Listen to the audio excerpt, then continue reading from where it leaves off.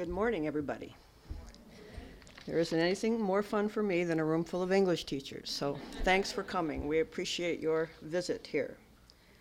I have the pleasure of introducing our first guest speaker, Jack Ridl. He is a vibrant teacher who continues to inspire poets.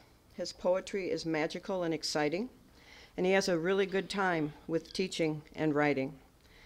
He taught at Hope College, which is one of our universities nearby in Holland, Michigan, for 38 years, and was named by students as the college's outstanding professor.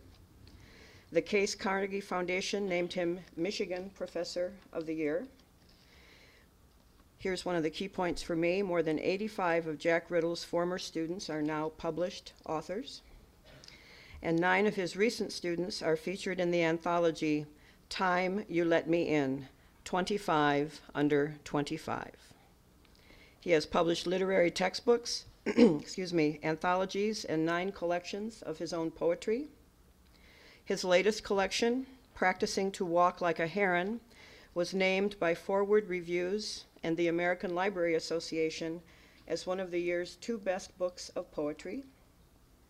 His collection, Broken Symmetry, was named the Poetry Book of the Year by the Society of Midland Authors, which includes all of the states of the Midwest.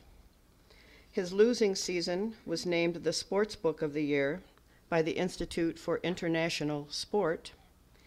And on Monday, this past Monday, he received the Talent Award from the Literacy Center of West Michigan for his commitment to the advancement of literacy. Jack has generously brought some copies of his poems, and you'll find them on the tables in front of you. So please join me in welcoming Jack Ridl.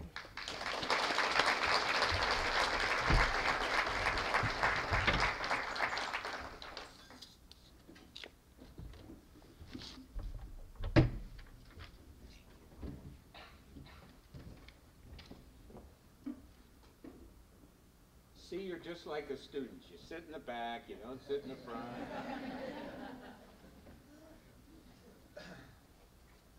Okay, yeah, I'll give you this. Okay. There's a computer up here. Can I shut this? Is that all right? If nothing will explode or...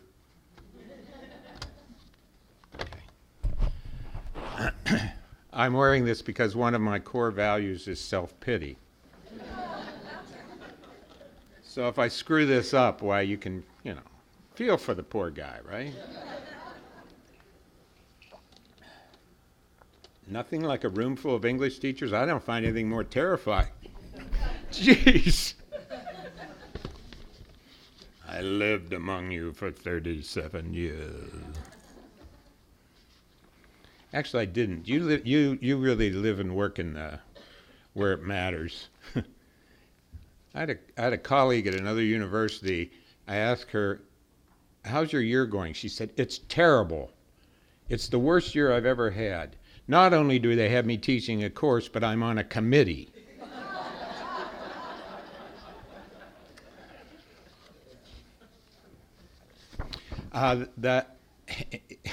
Here's what we're going to try to do. We're going to try to make sure I do this under the right time limits. Is there a clock in here? No. Katie, wherever you are, do this at about 11:30. Poets are notorious for leaving audiences wanting less.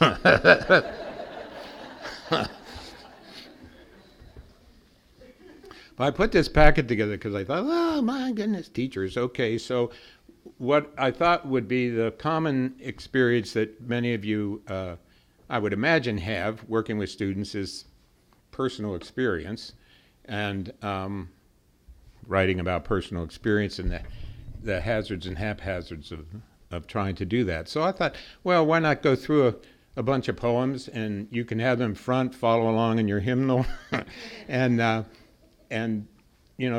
take notes, and there'll be I'll send you the quiz later.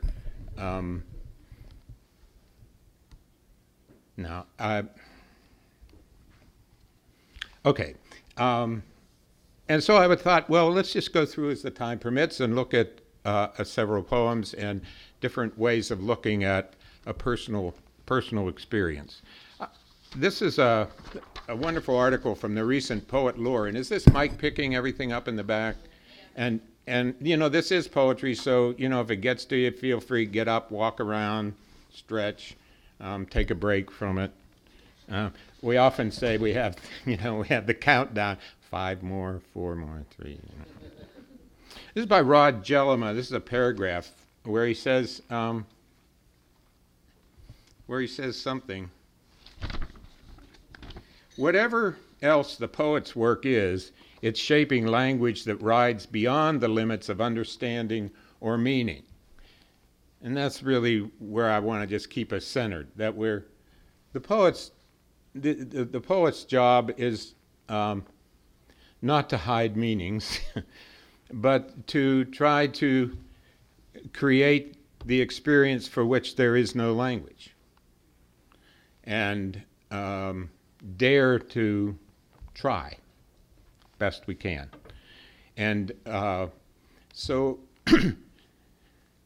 since in a, you know, for the last 100 years or so, poems have shifted tremendously from poems that articulated messages or meanings or symbols or even subjects to this trying to get at these experiences for which there is no language, and it becomes an experience. And often the poem gets treated in a reductive way. You know, it goes back to where it started rather than on into the art.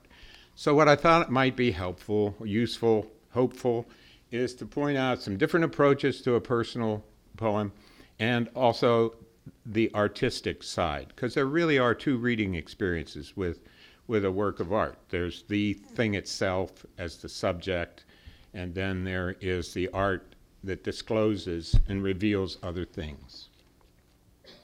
Poetry is addressed not just to the intellect, but to the whole human being. Nerve endings, the 5 senses, psychological associations, dream images, knowledge of history, spiritual awareness, mythic memory. The poet is tapping into what exists alive, though sometimes it's dozing in all of us. To restate a poem's meaning in workaday prose is as impossible and as useless as restating the meaning of a violin concerto or a jazz riff or an expressionist painting. All art makes for us concretely what we don't quite know how to say, and that is what art is for. So the poems I picked are poems that are readily available. I don't like the word accessible. It seems to trivialize things. But at the same time, if we look at the art of them, they give you more presence and gifts. And I always like to hope that the artist is not some egomaniac up here trying to get attention, but somebody who's trying not to get attention and draw attention to that which deserves the attention and make it as a gift. The poems are mostly what are called lyric narrative. They will sound like stories, but the stories really eliminated from them. And they are written as one lyric moment after another, and that's how they're held together, rather than this happened, then this happened, then this happened, as in a story. And you know, to demystify things, shoot. The only technical difference between prose and poetry is poets get to play with a line. All writing has everything else: image, timing, rhythm, sound, tone, complexity, speaker, character, setting, blah, blah, blah.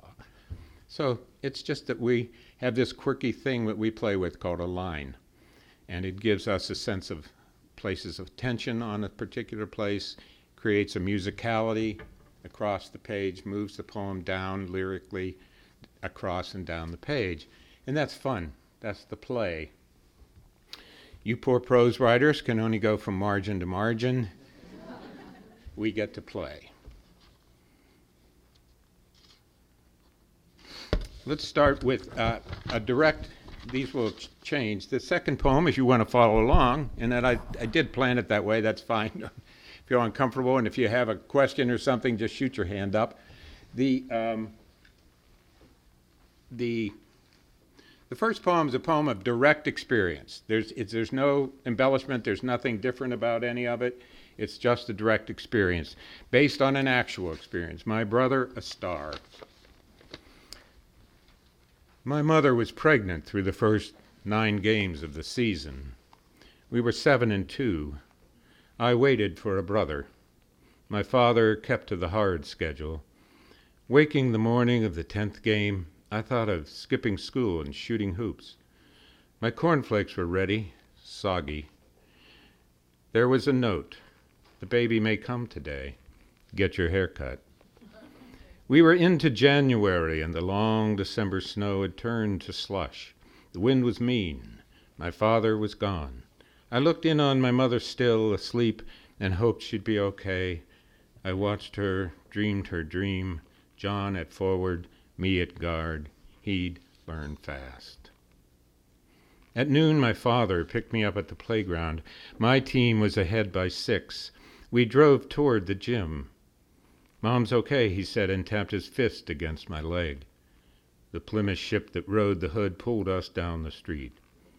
The baby died, he said. I felt my feet press hard against the floorboard.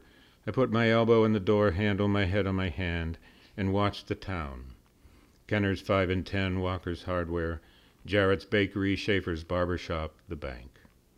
Dick Green and Carl Stacy waved. It was a boy. We drove back to school. You gonna coach tonight? Yes.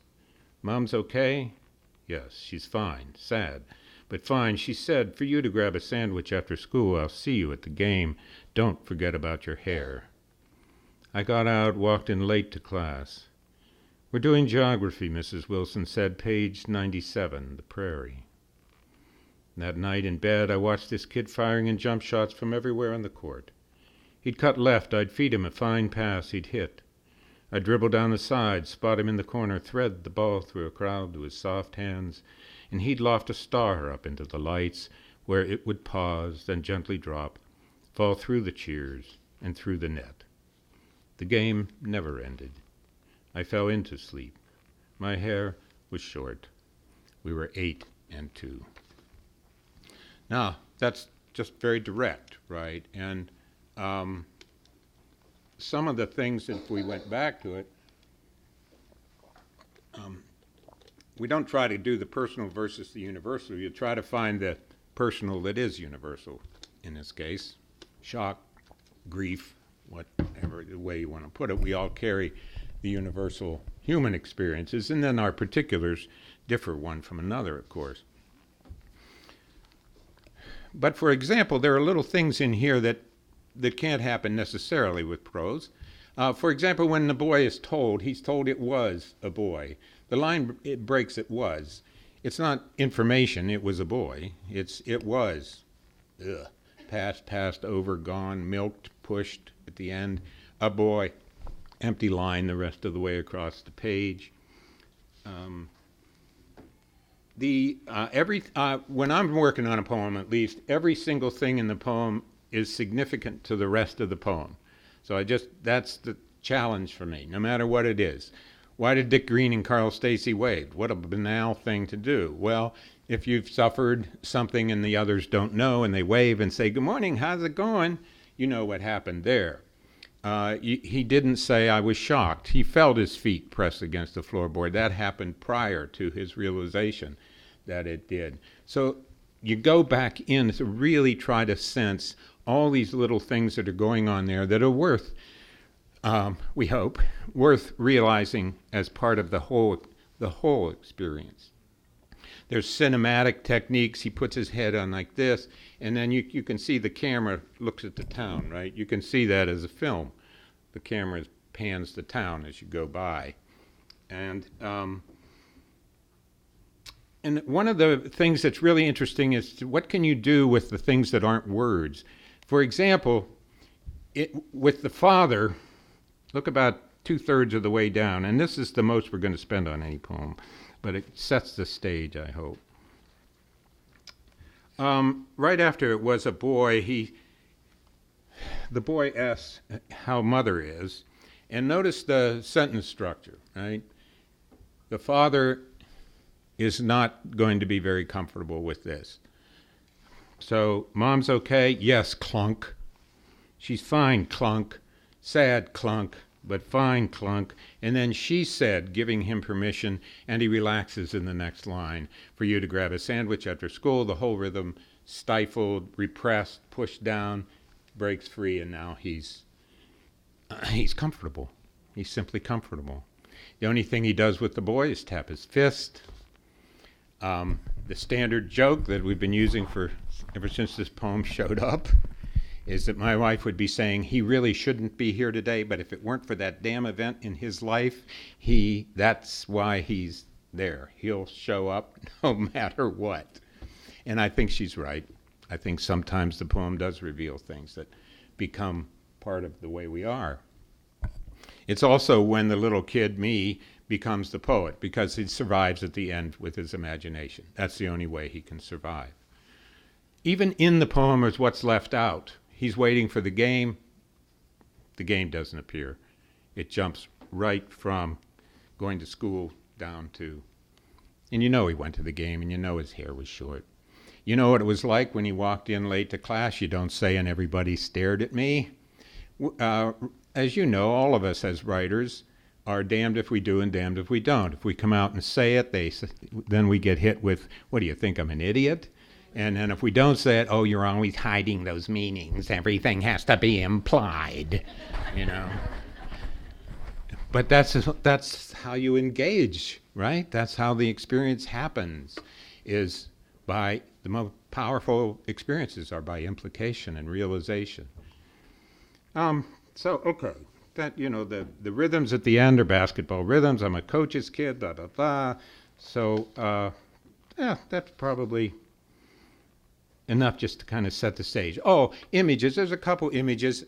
If the cereal I had that morning, some students will say, you know, I wanted to tell the truth, and they confuse that with journalism. And journalism, well, we won't go there. But the point is to find the stuff that gets to the real truth of the human experience. So I don't remember what cereal it was, but if it was Wheaties, we'd all go, oh my God, how can he be that stupid, you know? And if it's Fruit Loops, it steals the show, right? And the only thing at the end, it's a poem about my brother died. What do you remember? Fruit Loops. No, oh geez, what have I done? And so all those things play a part in making decisions. Mrs. Wilson was my teacher. I don't remember what we were studying, but the geography, I thought, that's right, because when we have a trauma, our geography, inner landscape, outer landscape, everything shifts, plate tectonics, etc. And the prairie, because of course the prairie has life in it, but because it goes flat, and the sense of that. So that's what I mean when I say I'm thinking about every little thing and how it coordinates with every other little thing to become the whole thing. That's a technical term. Okay, now let's turn to the next poem, actually, if you will, or if you want, or if you don't want. It's called Hands. And there were two words that used to paralyze me. Maybe some of you have had this. When somebody would say describe, I would just freak. I would have no idea where to start. And then if somebody said write about your grandmother, again, I don't have any idea where to start. So my way through that is to shift the personal experience now to a person. And this is my grandfather, and we're looking only at his hands, and there's nothing else really to say. Hands. My grandfather grew up holding rags, pounding his fist into the pocket of a ball glove, gripping a plumb line for his father, who built what anyone needed. At 16, wanting to work on his own, he lied about his age, and for 49 years carried his lunch to the assembly line, where he stood tightening bolts on air brake after air brake along the monotonous belt. Once I asked him how he did that all those years. He said, it was only 8 hours a day. Then he closed his fists. Every night after dinner and a Pilsner, he worked some more. In the summer, he'd turn the clay, grow tomatoes, turnips, peas, and potatoes behind borders of bluebells and English daisies. To keep away the deer and rabbits, he surrounded it all with marigolds. When the weather turned to frost, he went down to the basement, where until the seeds arrived in March, he made perfect picture frames, each glistening with layers of sweet shellac. His hands were never bored. Even within his last years, arthritis locked in every knuckle, he sat in the kitchen carving wooden houses you could set on a shelf, each house a little bit different from the others.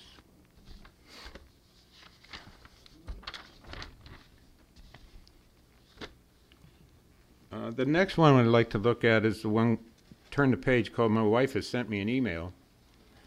And I'm going to look at two again, personal experience poems that these two are based on having a realization, right? You know, suddenly you realize something and it puts you in touch with all kinds of other things. Here the realization comes at the end of the poem. My wife has sent me an email. My wife has sent me an email. She asks if we have enough coffee for the weekend. She adds, I love you. I hit reply and type, yes, we have plenty. 2 bags of French roast, in fact. We'll be fine.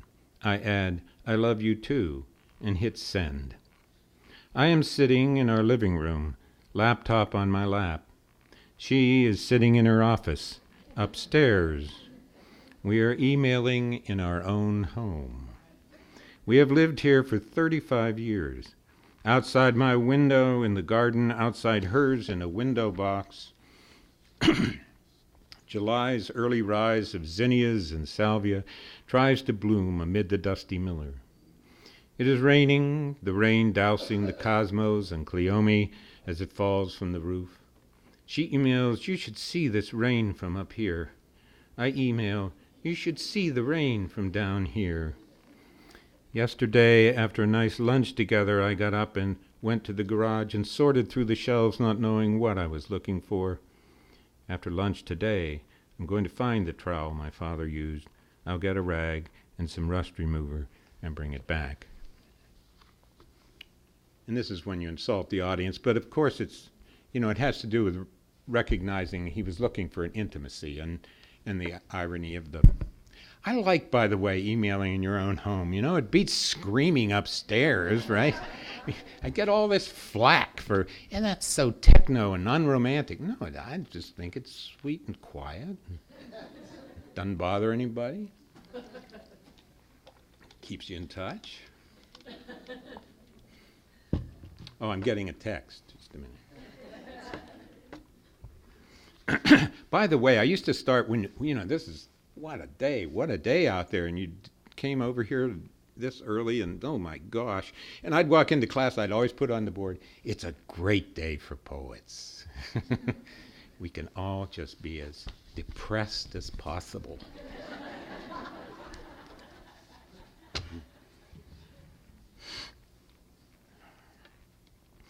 Next poem's on the next page. It's a realization poem, and this one is set up with the realization at the beginning.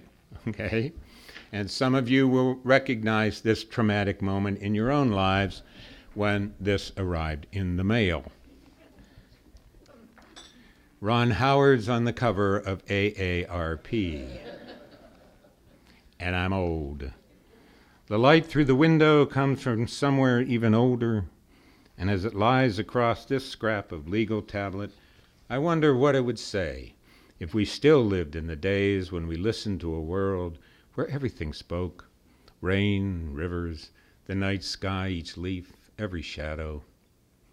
Maybe the light would tell me to walk into the day, find a place to sit and see what the wind brings through the trees. I'm surprised knowing I want to stay this old.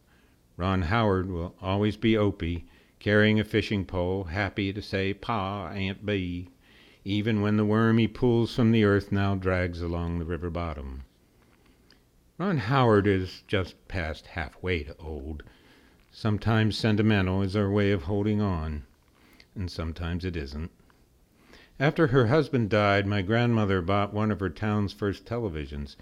They're good company, she said, when the Cisco Kid video ranger Ed Murrow, Kuklafran, and Ollie came to stay. Ron Howard's on the cover of AARP. I'll skip the article about him and the one on how to survive in today's economy. I will do the crossword. The light from this one sun will last all day. Tomorrow my wife and I will canoe on the river. We'll let the current carry us.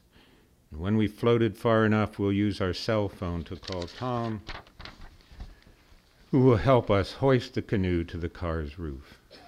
The three of us will drive the back road home, night settling over the fields of winter wheat, maybe a doe and her yearling standing in the moon-deflected light. You know, that's one of those poems, what's this have to do with this, have to do with this, but that's part of the, I hope, joy, you know, why did this? A lot of, there's a theory that you probably know, so I'll insult you again.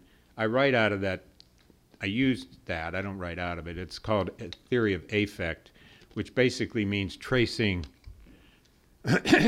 tracing the affective experience of the center of the poem through the poem and really getting in touch. And you can see in these poems that that's what's going on, right? That in that poem, the affect of the speaker is shifting and turning, and he's been affected by Ron Howard, and he's reflecting back and trying to deal with this and taking a canoe trip.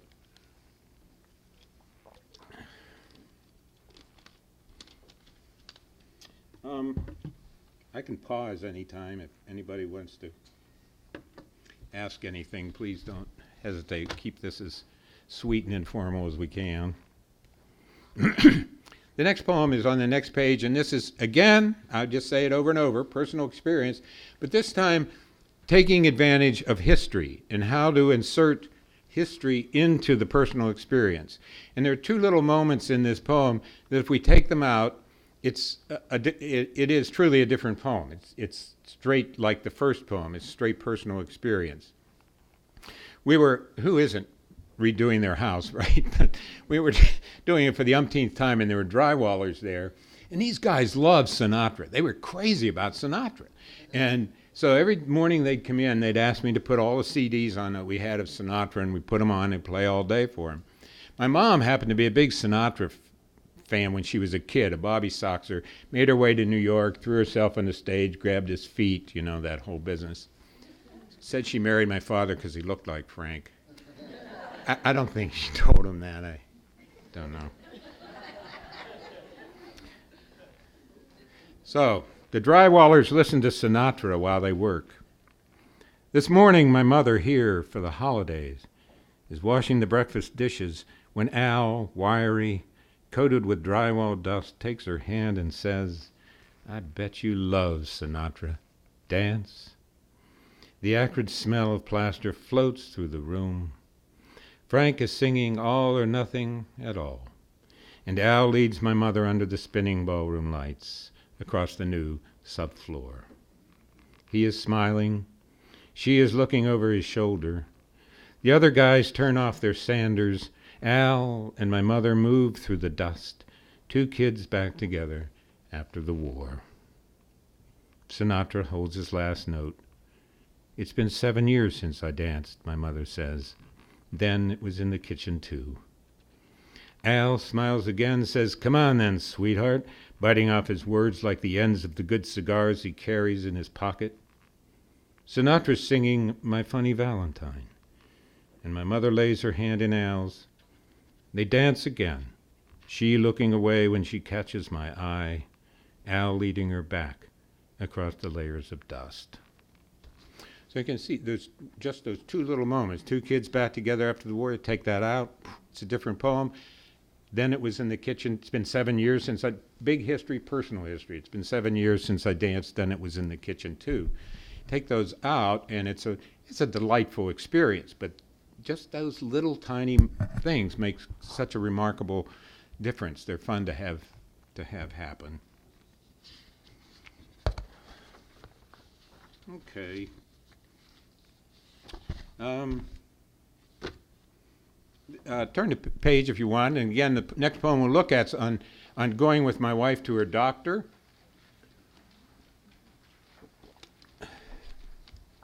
I always like to tell this little story about these poems because it's good for you to hear, for me to hear these things. I gave this reading one time, and afterwards this person came up and said, "I'm so glad I came to this. I am so glad." And I said, "Really? Wow, okay. Well, you know why?" And she said, "Oh my gosh, I'm going to go home and write poems." I thought, wow, that's, okay, great, Johnny Apple poem. That's fine with me, And then I said, "Well, what led you to do that?" She said, "I never knew they were so easy to do."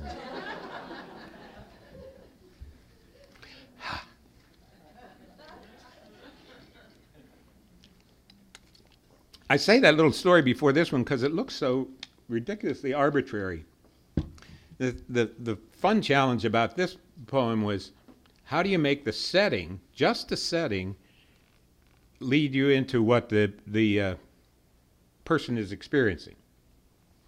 And it feels very arbitrary because this part of the setting and this, and how do you get these different things to when they collide with each other, cause a little spark or a little something to happen? There's a reason why this happens here, and this here, and this here, and this here. We all know that. Takes place in a waiting room, which is a remarkable place, right? I mean, it's nowhere. You're in the waiting room, you're not in there, and you're not where you came from, and you're waiting to find out what comes out of there, and it's a very purgatorial kind of mythic place to be, and it really hit me that way.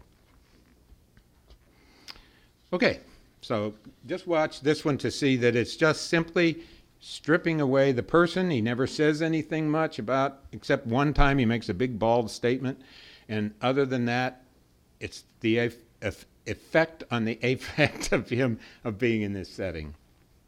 I'm going with my wife to her doctor. We don't know what's wrong. We've waited for more than a year to find out what's wrong.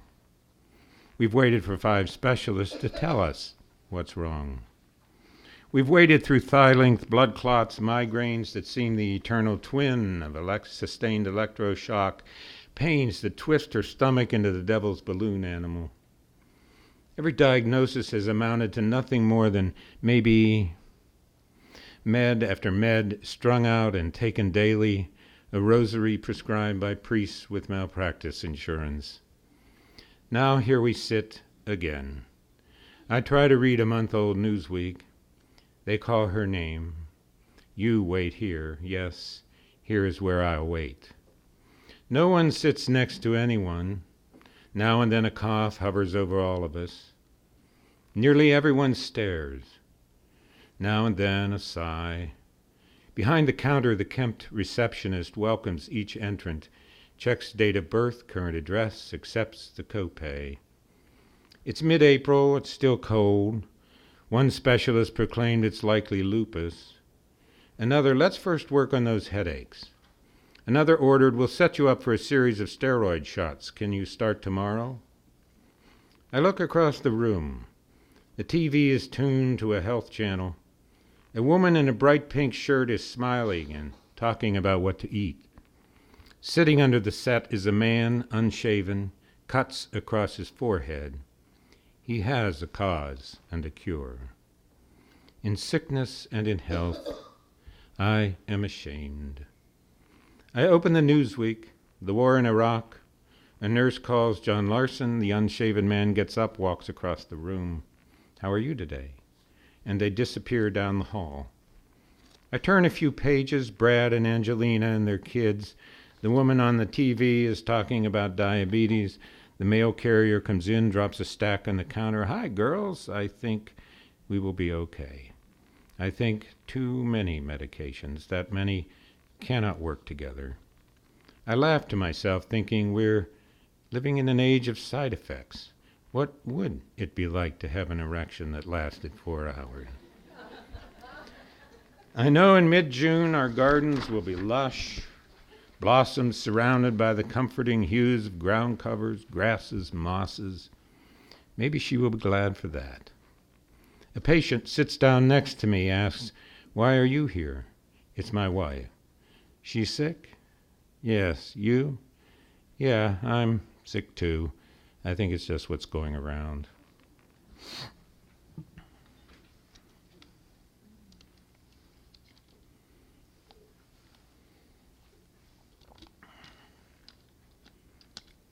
fascinating to observe. Once yogis say you can observe a lot from seeing or something like that. It's fascinating to observe in the places that are not terribly expected to be observed in, and feel the imposing tensions of them. It's also, I had a freshman comp teacher, and we had to write little journal entries every week, 2 or 3, and hand them in. And it was my freshman year, and it's the fall of my freshman year, and it's October in my freshman year. And in this little entry, I wrote, "Fall's multicolored etchings tumbled to the ground."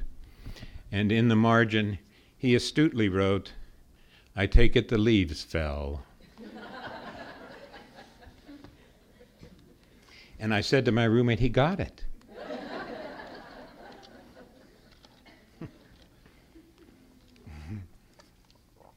It's also, of course, we learn what's appropriate to particular writing, what's not appropriate, and it's fun to risk whether it is or whether it isn't. And of course, the erection line is that in that poem. Wait a minute, what are you putting that in there for? And I think it's the most appropriate line in it, probably one of the more, anyway, to try to survive in there. Now, the next one is called Framing the Morning. And how are we doing on time?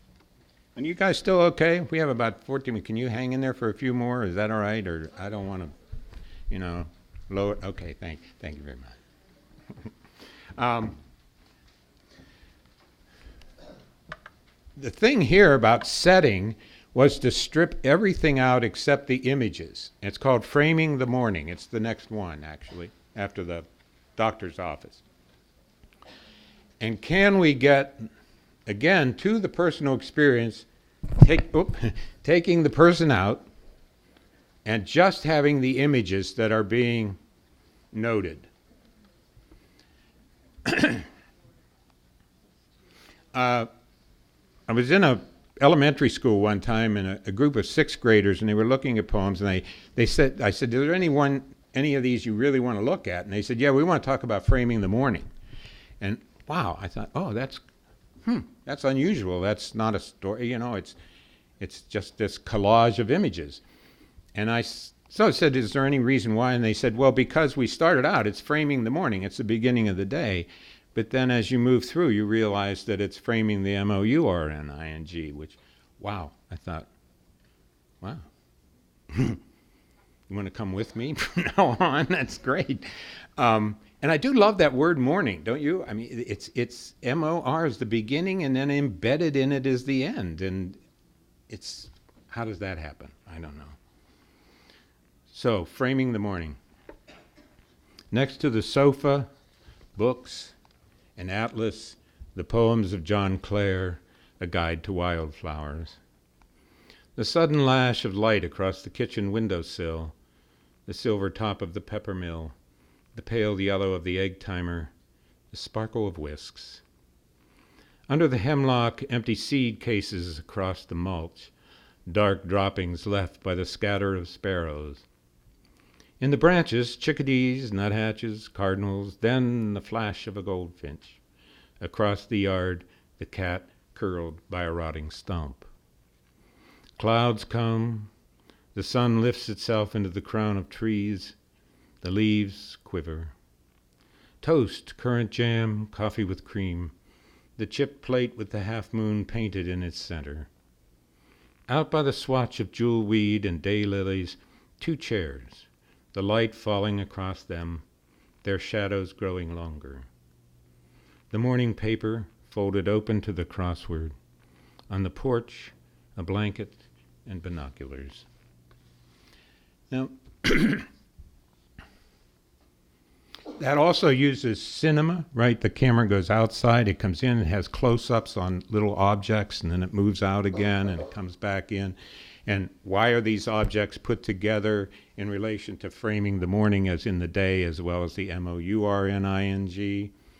And then I said, we talked a little more about the poem, and I said, well, what about, why are there binoculars at the end? What does that, what do you do with that? And 6th grade. And they all just, boom, they said, well, binoculars are when something's too far away, you have to use them to bring them back in close. Yeah, and I almost lost it, That was just remarkable. The sensitivity to understand how to read an image, not just as an object, but as a purpose. Yay, kids. Of course, it was a private school, they are.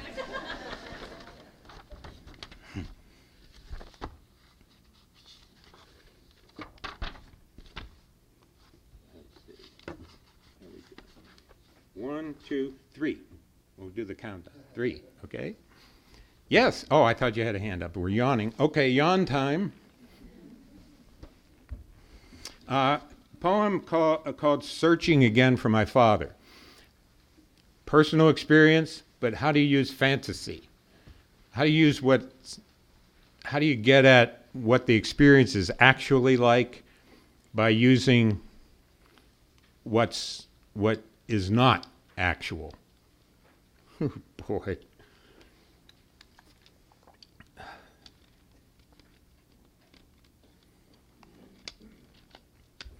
By the way, I really appreciate you.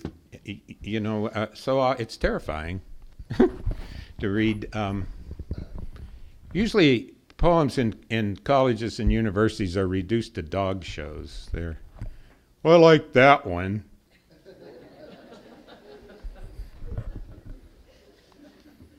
What is the deal with evaluating everything? I just go nuts. Just value the thing, for God's sake. Quit evaluating it.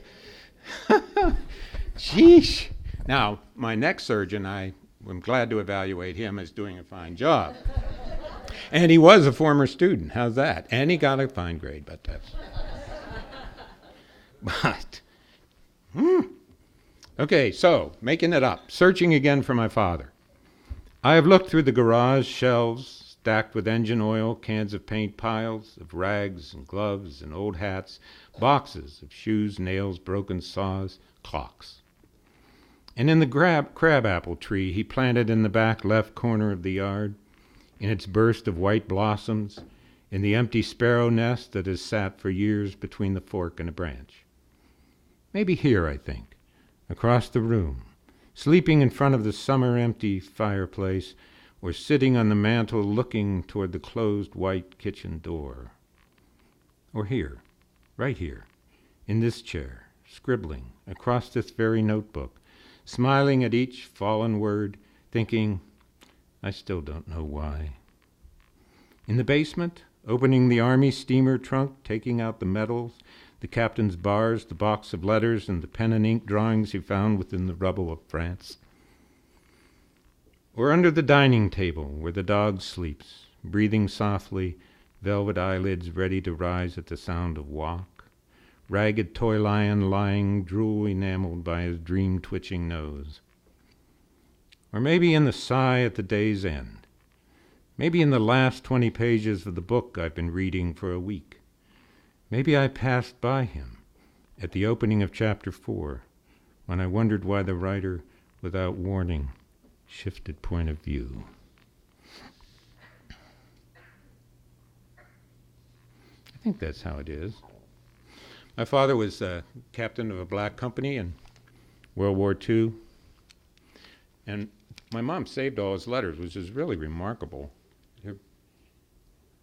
Boy, he missed her. They are so poignant, you can't even touch them, They're just found poems. They're most gorgeous, gorgeous, gorgeous things. He always ended with, this war's never going to end. And historically, an interesting thing for him was that he grew up in the mills in Pittsburgh. He stayed in Pittsburgh, became the University of Pittsburgh basketball coach.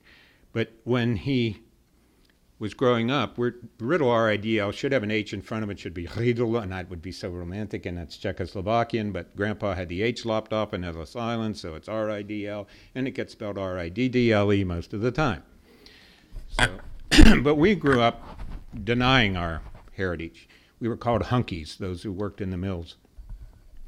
And then he was this captain of a black company, and he had to fight to get equal equipment for his men. He went in and said, wait, this isn't fair, this isn't fair. And then, to this day, he wonders why he never thought anything about his men went over here and he went over here. And they drank water over there and he drank water over here. And then when he came out from that, that really struck him. And there are these little moments of, profiles of courage in a way that happened before. And we're the generations conscious of civil rights. We make our decisions often with civil rights. Well, in 1957, he's coaching, and he starts 3 black players. And of course, there's 5 on a team, so there's 3 black guys, 2 white guys. Next day, the president of the university calls him in, talks to him anyway. Dad comes home at lunch. We say, what was that about? What was that about? He said, well, the president looked at me and he held up just 2 fingers. And then he said, next game. Well, what that struck us, we're kids. And so my sister said, well, Pop, what are you going to do next game?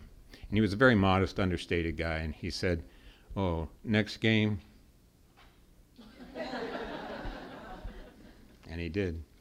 And of course, he wasn't conscious that, of that then. It wasn't right. It wasn't right.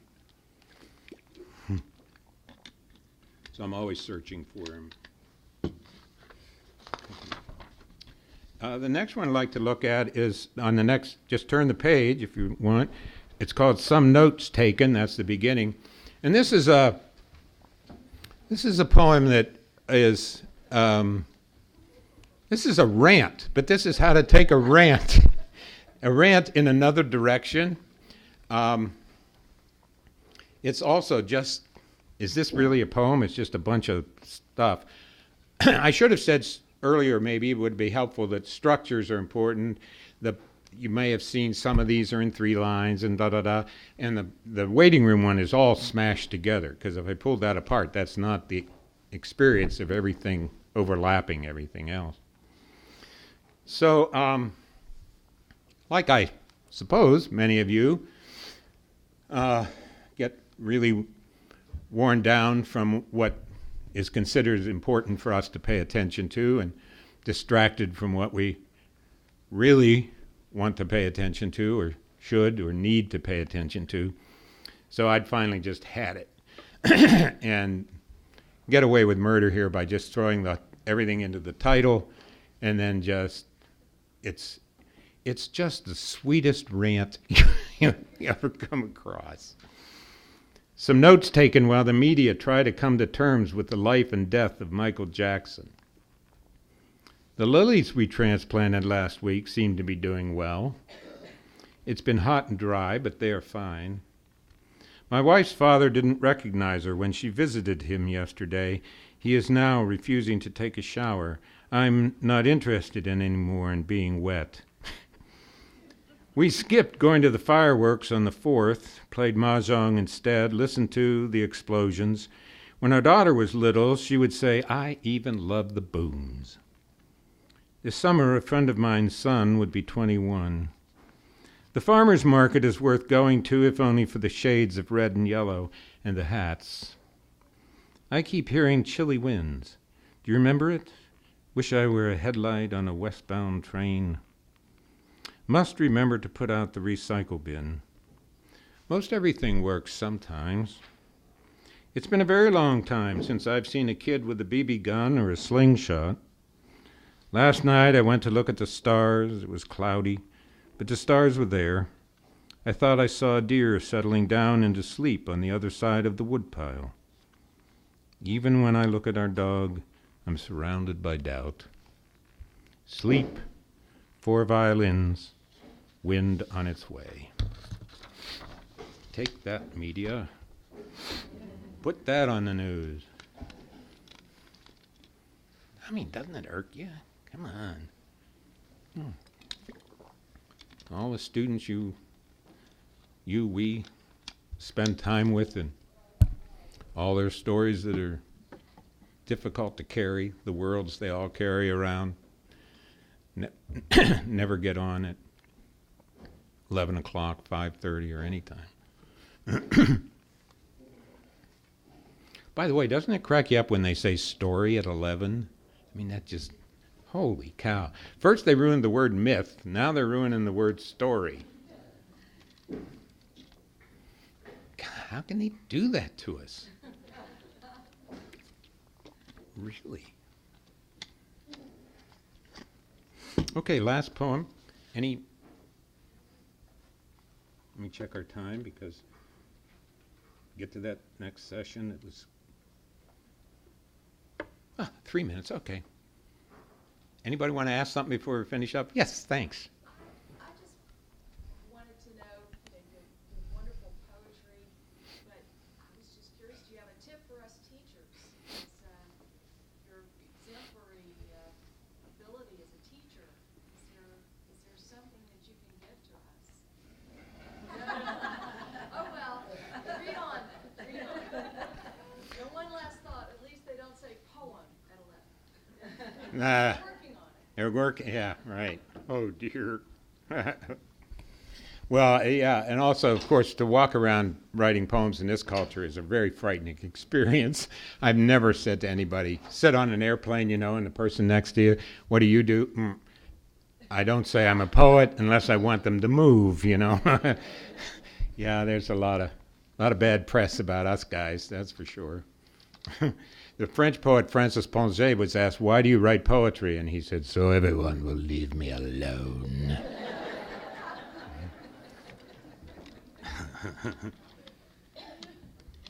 No, I wish I knew. I think the key in an art is to avoid a subject, to lead the person who's learning the art into the world that their vision is going to emerge from, whether they know it or not.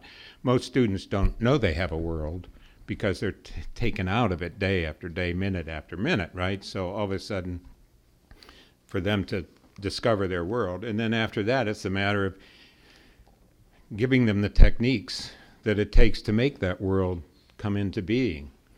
And sometimes, it was interesting, the first technique I would work with students was always line break. And the reason for that was they could play with that so much.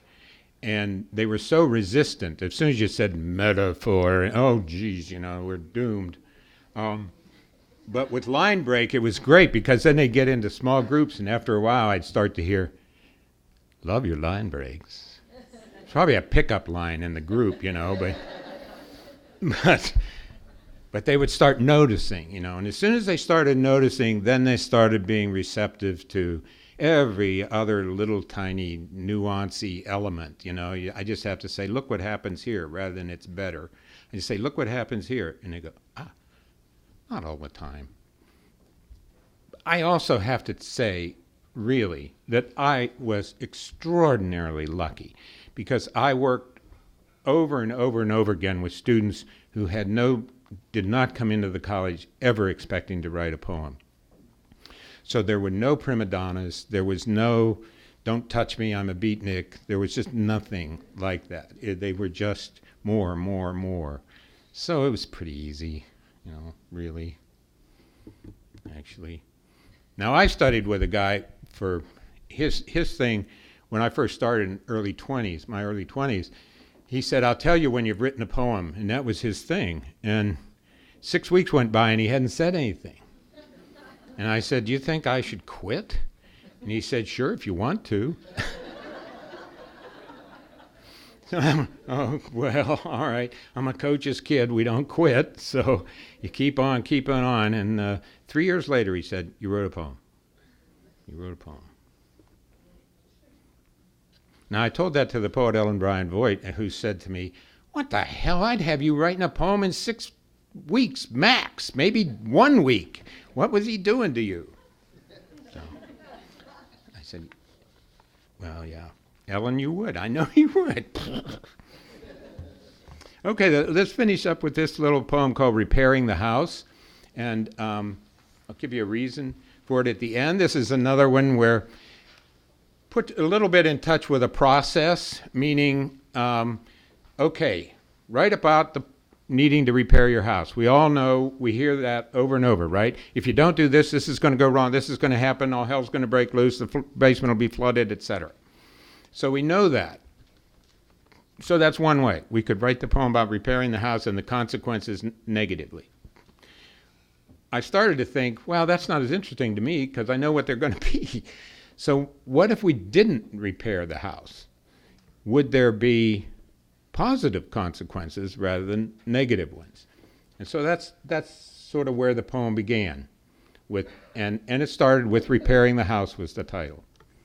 Repairing the house. We will learn the house can live without our changes. We will listen to its language. The cracks along the stairway, they are sentences. We will read what they say when we go up, again when we walk back down. When we leave our sleep, our beds will hold our place as the floor creaks under us. If we fix the broken window, then we will open it. The other windows rise on their tracks. That's enough. One staying shut tight will still bring light for any day, the others the breeze. And we will learn to be with the ivy straying along the back brick walls, twisting itself into the mortar, each spring a chunk or two falling into the holly. We will feel a draft under the porch door. We could block the cold from sliding toward our feet.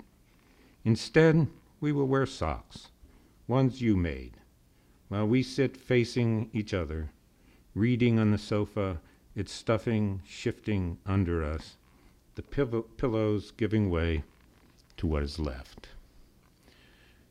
Now the surprise for me was it came down to the end, and it, I just, okay, we'll have her, my wife knits socks, we'll have her knitting socks, and all of a sudden I went, socks, pair. Oh my God, it's about pairing. It's about bringing them together to repair the couple, not the house. And that's what happens if you don't fix the house. And that's that kind of thing that's just such a surprise. And then this tells you how dumb I am. This poem looked like the one in the waiting room. It has to be in couplets. Come on. And I go, of course, duh, So that's how it works. Thank you.